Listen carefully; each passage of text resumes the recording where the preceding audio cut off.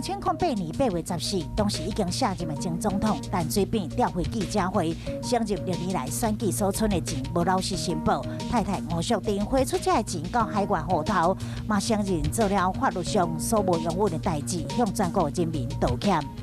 2013年8月14，王友晶家族违抗立法，东升集团320亿，最高法院判有罪确定，包括二房的王玲一，合计刑期超过30档；二房的王玲林判5档6个月，王玲桥判23档6个月，王玲台是6档8个月，查囝王玲美嘛被判5档6个月，判决出炉，检方嘛马上启动封堵机制，监控5个人的行踪。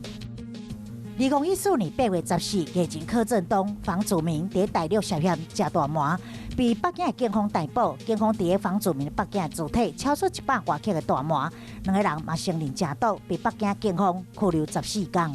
另外，2018年8月，台湾旅行团伫肯亚有名的景点奈瓦沙湖翕相的时去河马攻击，